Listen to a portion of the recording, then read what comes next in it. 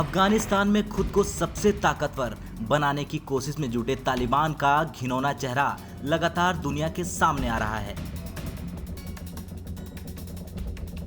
इस बार तालिबान ने अफगानिस्तान की राजधानी काबुल में सोहेल पारदीस को मौत के घाट उतार दिया। वजह सिर्फ इतनी थी कि उन्होंने अमेरिकी सेना के लिए अनुवादक के तौर पर काम किया था। उन्हें कई बार तालिबान की तरफ से धमकियां भी मिल चुकी थी।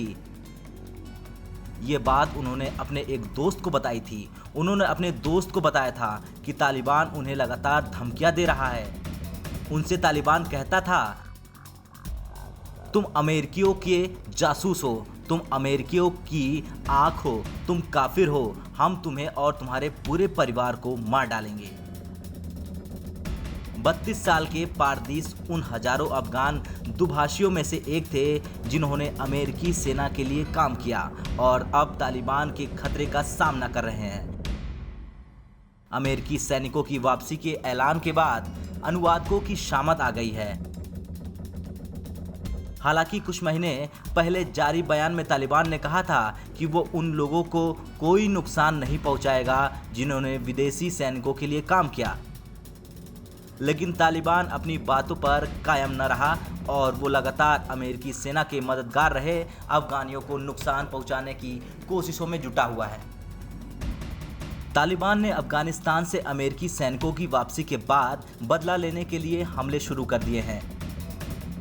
अफगानिस्तान में जब युद्ध अपने चरम पर था तब करीब 1 लाख अमेरिकी सैनिक तैनात थे।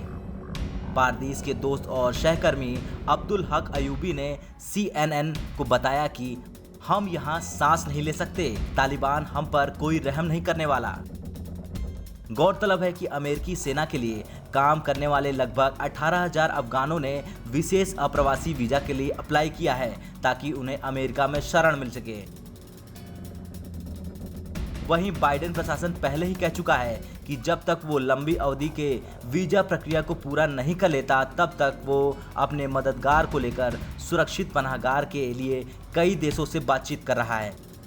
साफ है, अमेरिकी सरकार तालिबान के खतरे से अच्छी तरह से वाकिफ है।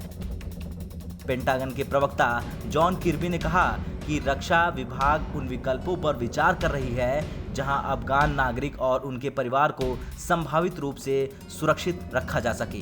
ब्यूरो रिपोर्ट, भारत तक।